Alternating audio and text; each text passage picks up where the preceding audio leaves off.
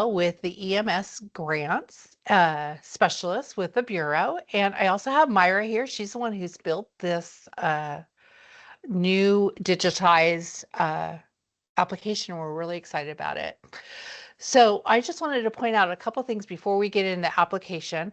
What you're going to do is go to idahoems.org and you will be at our landing page here.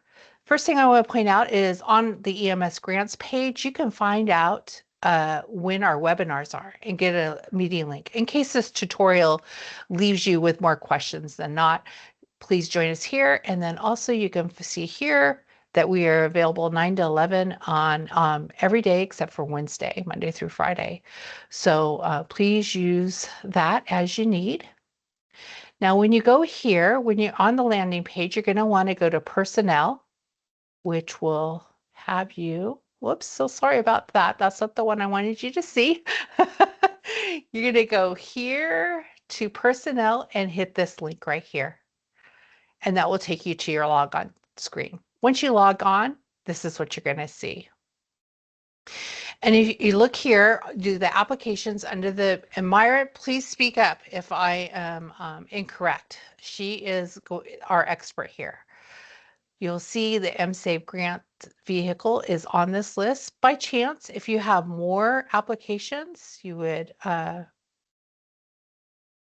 to the next page or last, or you can also search it like this. We're going to start with vehicle.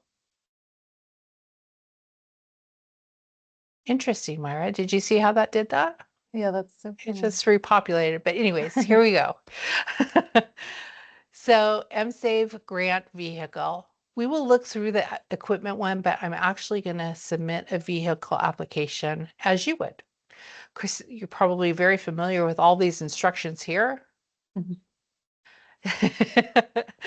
And then two disclaimers here. So understand that your application cannot be modified once it's submitted. This is probably a good time to point out that you can save and continue and come back to it. You don't need to complete it all at once. And that also, this is your reminder to check, to update your, what are they, the PCRs and the... Yep. So any PCR will run that report through Elite, and we'll also look at your fleet information and personnel information. So make sure all of those forms have been completed and up to date in iGEMS. Yeah, what the great thing about that is that if you do that, be proactive in doing that, this application will populate that information for you. You won't have to be making edits and changes. Oh, you know, I should have pointed out here, you'll see there's several different tabs up here. So we are on the cover page. We've checked both of our disclaimers there. We're going to save and continue and advance to the next tab, which is the general information. Now these where these grayed out, is this how they're going to see it too? Yes. So Yep. you should not change these. Yes. If by chance it's wrong, I would guess that's an opportunity for them to call us to update. Yes, correct. Okay. Anything that is gray will be pre-populated from your actual agency account. So if anything is wrong, please call us and we can discuss on how to fix that. Okay, perfect. Now, as we mentioned, a lot of your stuff is going to be populated here. So right here, your Secretary of State registration. Now, this is only required for nonprofits. If these are your numbers, just click yes. If they're not, click no and enter the number and the date. It's that simple. The same thing is going to go for your W-9 number or federal tax ID number. This, if you've applied for grants in the past or whatever, this should be in there. And again, yes, it's pretty simple, or no, and you would enter it. Now, this is really important. We need this to verify that you are in the state controller's system, which we call LUMA. This allows us to make a payment to you. Yep. And just one quick note, when she clicked no, it pre-populated what is already in the agency record. So you would just need to overwrite that. And what's really cool about this too is these fields are locked down. So if you try to enter an extra number or not enough numbers, it's going to flag it for you and let you know that you're doing a typo. So I'm just going to go ahead and do yes here. And I'll show you the same thing with the UEI number. Now we don't have that in this system, in the iGEM system. So it is something that you're going to have to manually insert. So if you don't have it, we have these warnings for you. This is also something that is required to make sure that the state can issue a payment. So if you don't have the UEI, we just want to make sure that you understand that you must have it. But so here's your UEI number, and I think it's 12 digits, but I will just show you 9, 10, 11. See, it lets you know. And save and continue. So we're to demographics and financials, which I think you guys will appreciate the most because it has your response area and your population. And again, if this is not, and please notice it says for the last calendar year. So if that's not in there, you're going to want to say no, and then you're going to want to enter it. Are you okay with me entering the 2026 just to show them? Yep. That will Yes. work? Okay. Response to say that you grew by, and residents, where were you at? Let's go 4,100. And that's all you would need to do. Same thing with financials. So what's really important is that all agencies, many agencies have different reporting periods. So we want your last fiscal year. And the same thing, if we have it, which we should not, you would hit yes. If it's not, then you would just enter this. And this is very important. Last year, we did have some ineligible grants because the fiscal years were not matching what had been submitted previously. And it's going to be the same thing. So you're in fiscal year, even though this grant is for fiscal 2027, you're likely going to be reporting on financials that ended for 2026. Again, for your fiscal year, no way for us to know that.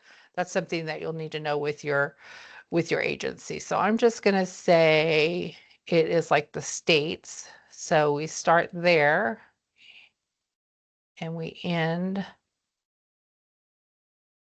here. And then for the fiscal year, so two points. Yeah, so we want the year in just the last two. So it would be Like just that. the last two numbers. So it has that example 24 equals fiscal year 2024. So you just have 26 in there. Oh, I see. We don't want to use the fiscal Mhm. year. Great. Yep. And I'd like to then say I planned that screw up so you could correct me. and then for the fiscal year, you can't have any future dates. So you can just put in Oh, today. okay. And that makes sense because we want the completed year. Yes. Yep. You can that today button on the side, you can hit today and it will populate Okay, today's date as very well. good. So right here. And then this is identical to the paper application that you guys are used to seeing. So let's just say 1,000, 3,000. And it doesn't calculate for you guys. So you are going to have to do that yourselves. Mhm. Hit save and continue. I've made that mistake myself, just jumping to the next thing, and it does not save the data. So you want to make sure you save and continue at the end of each tab. Again, here's just the information on our vehicles. We will do transport and non-transport. We've increased the price cap there. This is a grant vehicle. So you're just going to click what you're going to do, ambulance transport or non-transport quick response. And this will pull up, as we were mentioning, to make sure all of your data is correct. This will pull up your fleet report. So you just want to look at that, make sure that's accurate. It will show us what's active and inactive, your QRUs.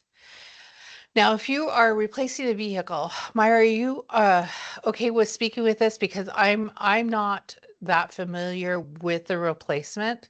So Yeah. if we are going to replace, we Yep. do have the instructions here. I don't know if we actually can go through it in this test account though. Yes, you Okay. can. So Okay. something that is important to note with this section is that if you do plan on replacing a vehicle, it will not remove it from your fleet upon selecting the vehicle. We really just want to know for awareness which vehicle that you plan to replace so that we can take its data such as age or mileage. Okay, So in perfect. the instructions, you will want to select the update record in the service dropdown and select take to action.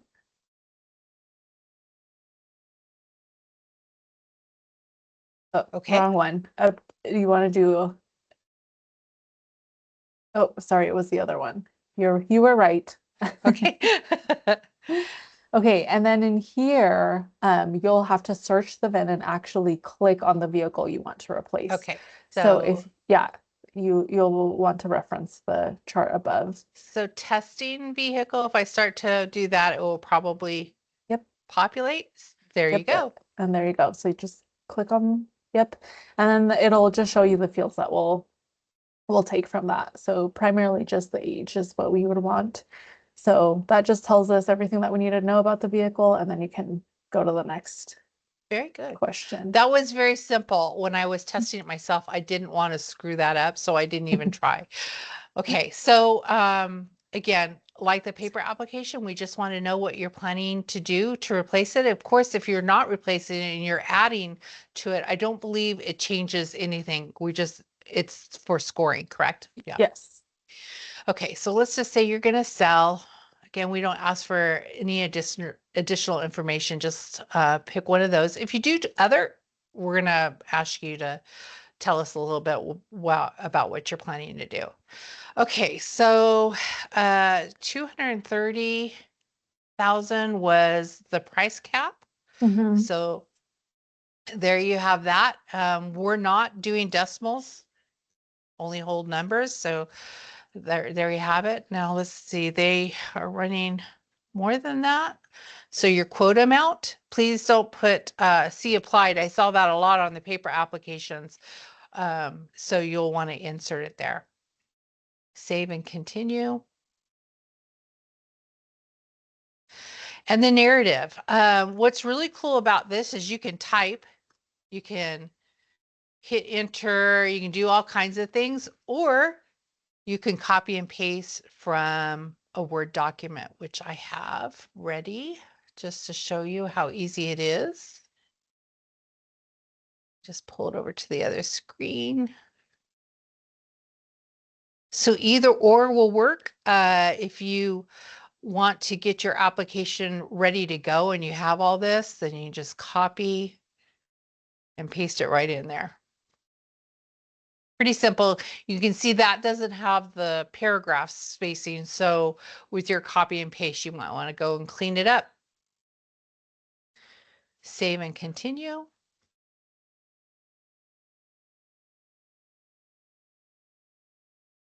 Okay, now the file uploads.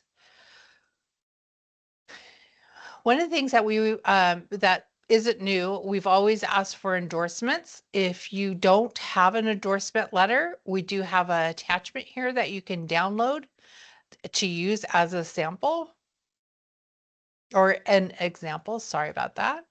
Um, but I have one ready to go. So I'm just going to say it's ABC. Oh, no, we'll just say Bear Lake. And then you just upload it. Endorsement. Save your quote. Of course, it won't let you. You need to have it. So you gotta say yes. Then same thing, go browse your network, attach your quote.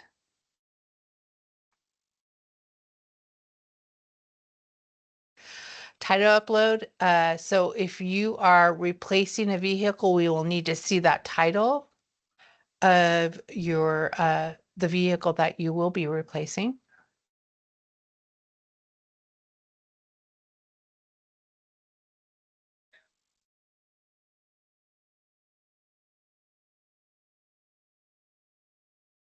You can see we're testing the system. We're just going too quick for it to keep up with us. And I think that was pretty much it. Yeah, Um, we'll just have.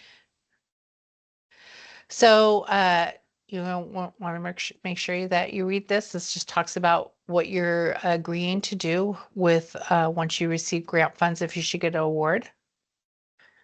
And then if you don't not going to be the point of contact, you can insert who needs to be this. This will be my primary contact to talk through if you're getting an award, what is due next, that kind of thing. Mhm. And one thing to keep in mind, if you are not going to be the primary contact, is whoever will be the primary contact for the grant, they will need to be an agency admin and have that Oh, role yes. in iGEMS so that they can get notified whenever we have a document that they need to sign or if they need to upload something, that they do get those notifications. So just heads up there. Very cool. Now, so, and then I'm sure the individuals will be filling this out probably are used to this password. It pulls in your username and then the password, shows that you are actually and indeed saving it. Now, Myra, do you think, should I go ahead and submit this or should I show how you can come back if you need to check something, like you didn't get an upload Yeah, you can. or we could do that Well, on the equipment one. What do you think? well, there was a few things that Okay. you missed, so it will flag those. Okay. Perfect. Yes. Okay. Just So I'm remember going to try this. to submit. Yeah, just remember the pass. Oh, see, there it goes. The password for this one is for the dummy account. Oh, there you go. I'm using mine. So Okay. yeah, DBA is doing business as name. So if you go to general, yep, there you go. So you had selected no, Oh, so it yes. flagged it for you because you need the new one. Okay. So let's just say today. Perfect. I'm so glad. I'm glad you didn't stop me and say, hey, you didn't fill that out so that they could see that it's very intuitive. Uh, yeah, And so then, yep, that's great, but you want to make sure everything is accurate because once it's submitted, it's submitted. yes. Um, do you see that validation failed? Yeah, so narrative vehicle plan, if you go to the narrative, Oh, yeah, you had yes, selected because other and we need a reason.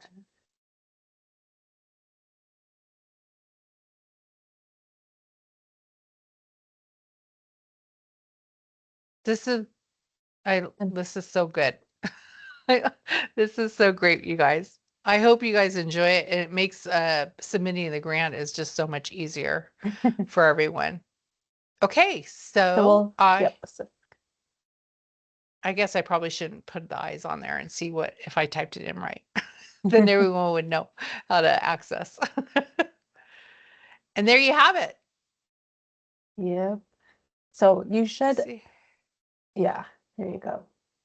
Once it is submitted, you will and should be able to access your PDF version of it. So it will save it for you. And So there you right go. here. Yep. Perfect. So should we go ahead and open up the PDF and show them how to save it down, or is that pretty common knowledge?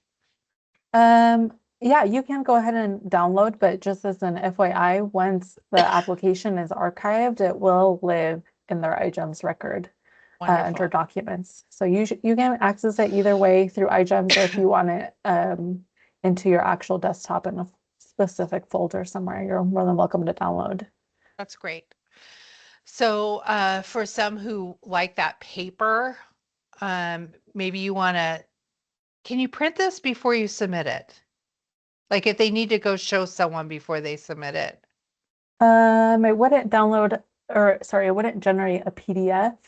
But Okay. like you mentioned, you can save progress, and it Okay. would just sit in their continue tab. Okay. Uh, Very good. Okay. So with that, I think what we're going to do is I'm going to go ahead and try to walk you guys through the equipment one because there's just a couple differences. So I am going to go. Oh, yes, I did want to talk about that too. So help me out here. So is it back to applications? yep. I don't see. So if I do, oh, right here, view agency, I was just clicking quicker than it was keeping up with me. So what I want is the equipment. Yep. So the differences that you guys are going to see in here is first and foremost is we're going to select whether this is your priority 1 or priority 2. Mhm. So it looks like it's not going to advance unless I go in here. We, so in the past, I'm just going to quickly say yes through all this. 2, 3.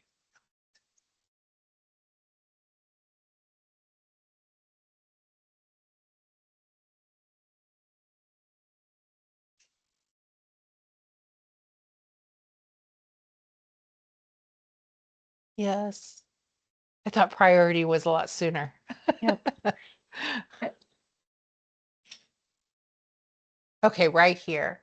So here is our what you can request in the price caps. And if it is your first request, it is going to be priority 1. If you are doing a second request, you're going to want to select priority 2. Last year, or the current grant year that we are in, we were not able to fund all priority 1s. So the likelihood of us having enough funds to grant into priority 2 is very slim, but you still might want to submit it. So these are the different categories of mhm. equipment. Make and model is kind of like your description, correct? Yes. So if you're doing patient transport, it's a stair chair. Yep. And that was only pre-populated because that's what I've practiced. So that will be blank for any you as you guys fill that out. Now, quantity, if you're doing a priority 1 and you want 2 stair chairs, or let's just say, what's a low AEDs, you're getting AEDs, you can request multiples. So you Mhm. don't have to request just 1 AED, you can request 5. That would not be 2 for priority 1, 3 for priority 2. Just submit the number that you want in this in your priority. I'm just going to quickly just fill these out. Okay, for how many calls you anticipate using the equipment, this is part of the calculations. So you're gonna use them 40 times, and then for each time you use it, what is the estimated time that you'll be using it for? That's what you're going to do there. Yep. Distance in miles, distance or time in minutes. That's sometimes it's the same, sometimes it's going to be different. So I just want to make sure you guys don't glaze over that. I have noticed that in some of the paper applications that does get missed. Similar items. Do you have other AEDs? Yeah, I have 4. Are you replacing or not? This helps us again with the calculations. So I'm just going to say no because we want to zip right through that. And again, whoops, it's my password. Oh, we Bubble. should maybe redo that one. That's hilarious. Okay, and then your file uploads. And I don't think we need to go. Oh, I did want to go. This is one another reason why. So if you don't have an endorsement letter in the for equipment only, if you can't get an endorsement letter, you can submit a justification letter as to why you're not submitting an endorsement letter. We allow that and we keep your application eligible, but you won't get the points for it. And it is a lot of points in comparison to the total points available. So this is just a last ditch effort if you're not able to get an endorsement letter for any reason. Now, I believe it says why. No, it doesn't. They don't have to do the explanation. Yeah, it'll be that justification letter Oh, in here. upload. Okay. Yes. Okay. So if you don't have an endorsement, we allow you to still put in the justification. So you would have to just hit yes for justification. Okay. If you Uh, don't have endorsement or justification, then you would receive, upon submission, you would receive an email stating that you are not eligible. okay. Very good. So that I'm just gonna actually I am going to save progress. And can I just point out one more thing? If you Yeah. go under demographics/financial, so here you'll notice Gail had submitted a response area in square miles for 2026. And here you can see that that updated your agency record. Same with financial. She submitted, I think it was for 26. So scroll up just a little bit. Yep, you Up can here. see that there. So if you're submitting an application for a vehicle and equipment, you won't have to grab all this information all over again. It will be there already. And that's when you just hit yes or no if we have the most recent one. So just a heads up there, so you don't have to create duplicates of That's great. records.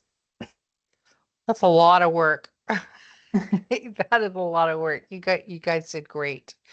Okay, save and continue. I know that I forgot something, but I just want to again show everyone how it will catch what's not included. And there you go. So it gives you the opportunity to go back and upload. Again, just click it. It will take you to where you need to go. See, I didn't do that acknowledgement. Point of contact, I said that I didn't hit yes or no. Very, very intuitive. Now, what if we want to exit out of this and because we don't have all that information, do we just exit out and it's good? It will catch your save and progress. Uh-huh. So though, can you go to file uploads? That tab. Scroll down all the way down. There will be a save progress.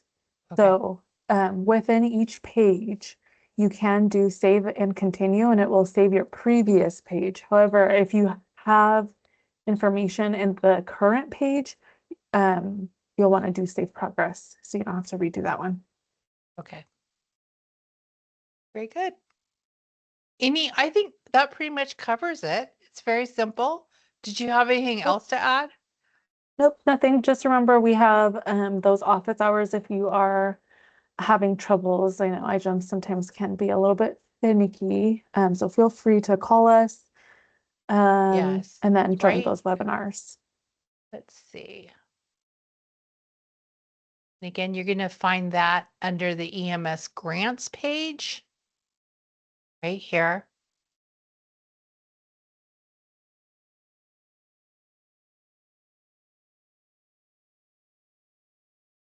There we go. Here are the webinars. We have 5 of them scheduled, 2 of them in the evening at 7, with the other 3 sprinkled across the day. And then we are available more than 9 to 11, but we have actively cleared our calendars to make sure that both of us are on site and don't have meetings and available from that 9 to 11. Mhm. I think that's it. Yep, I think so. Well, thank you, Myra. I appreciate it Thank you. greatly. Thank you. And I guess we just leave and I'll get the recording and we will post it here. All right. Bye-bye. Bye.